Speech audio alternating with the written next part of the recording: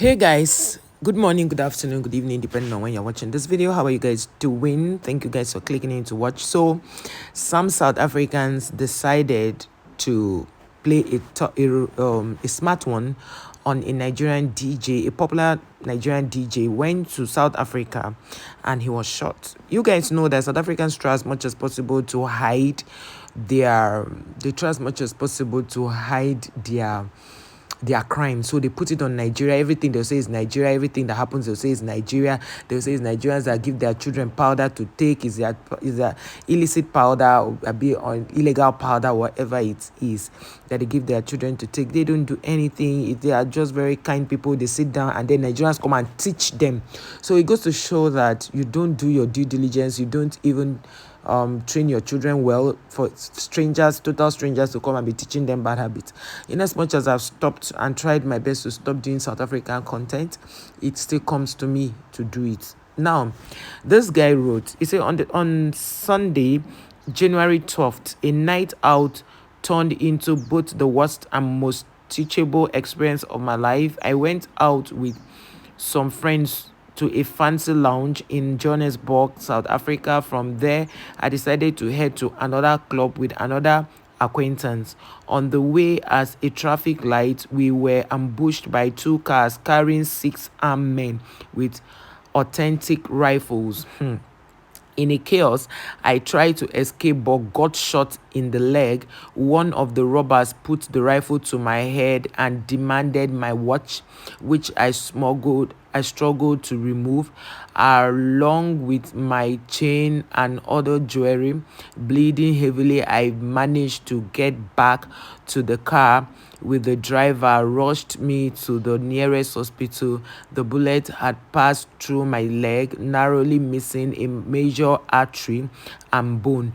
Doctors describe this as miraculous, calling me lucky. I credit my survival to divine intervention and my mother's prayers. The experience changed my perspective on life. I lost over 100 and $14,000 worth of valuables that day, but I realized material possession mean nothing. Life is fragile and validation is meaningless.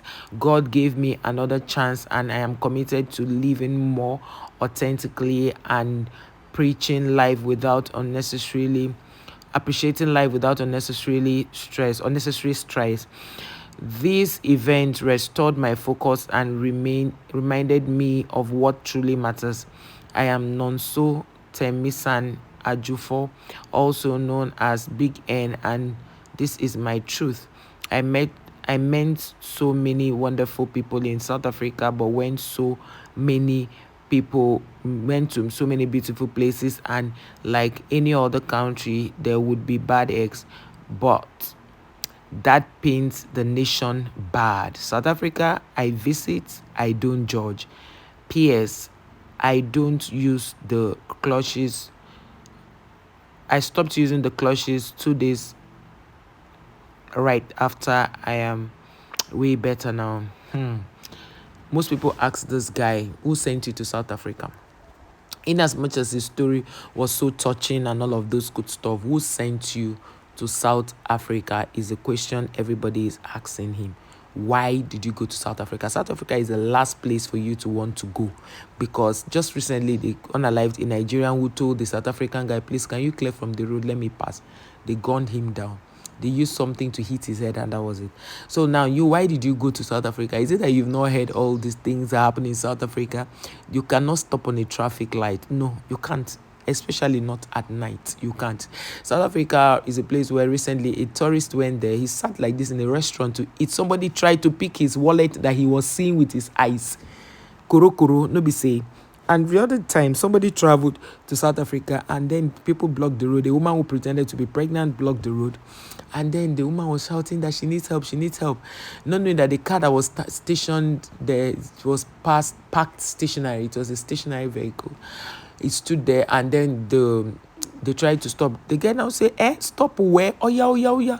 Be going. This is a trap. That was how this guy just piam and drove off, and then the woman now became upset, and immediately he wanted to stop.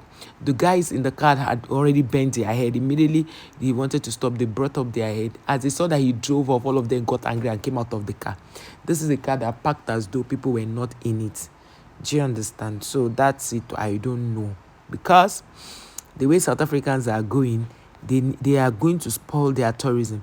Why would they need to go all out? And each time they arrest these people, it has never been, Nigerians or any other national or any other country person or any foreigner, as they will call them.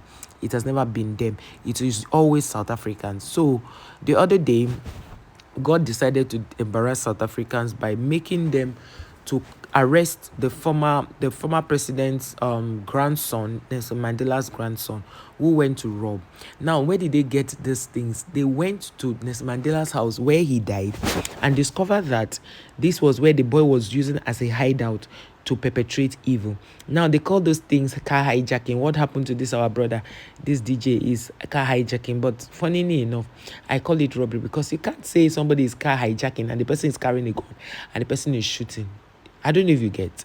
Now, with all that has happened, the South African government cannot come out to say anything. But this thing happened to foreigners, for Christ's sake. But they don't care. Do they care? No. But imagine that thing happened to a Nigerian, did that to a South African. The story would have been different. But we thank God this guy is alive to tell his story.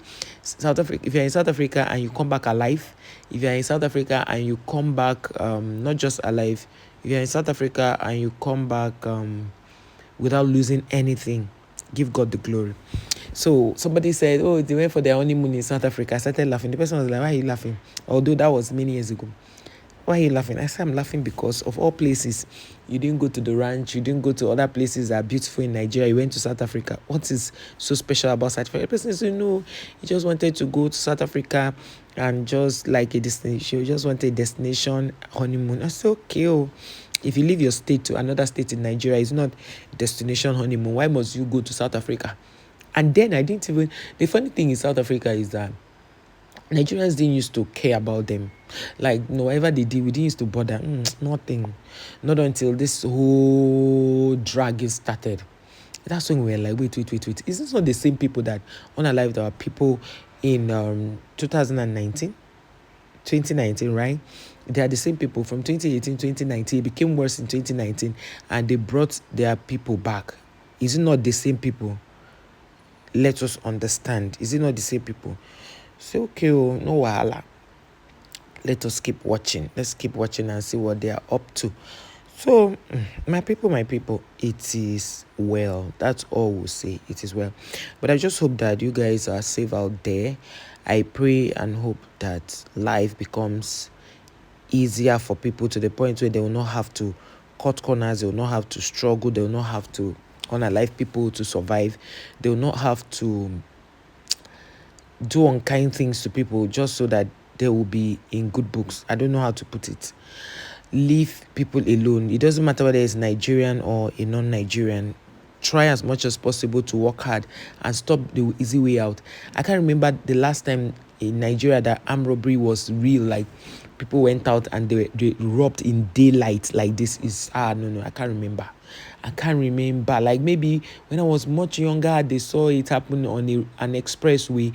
But this one, like, people in broad daylight like this in South Africa, they rob at night. They rob, like, if you in South Africans who are watching this, who can be truthful to themselves, they'll say that is the truth. In South Africa, you hardly sleep with your two eyes closed, especially in Joburg. So I just hope that you guys do the right thing and be right, because at the end of the day, you need people to still come to. No wonder your president was saying people should come for tourism. Apparently, tourism has reduced. The level at which people come for tourism in your area has reduced. And I hope that everything turns out well for you guys in South Africa. It's well. See how somebody would have his life would have ended, but for God. Now, wow, it is well. Even in the well, it's well. Take heart, sir. You lost money, but God has brought you back to life. That's the most important thing. What if you are dead? He's well, Sha.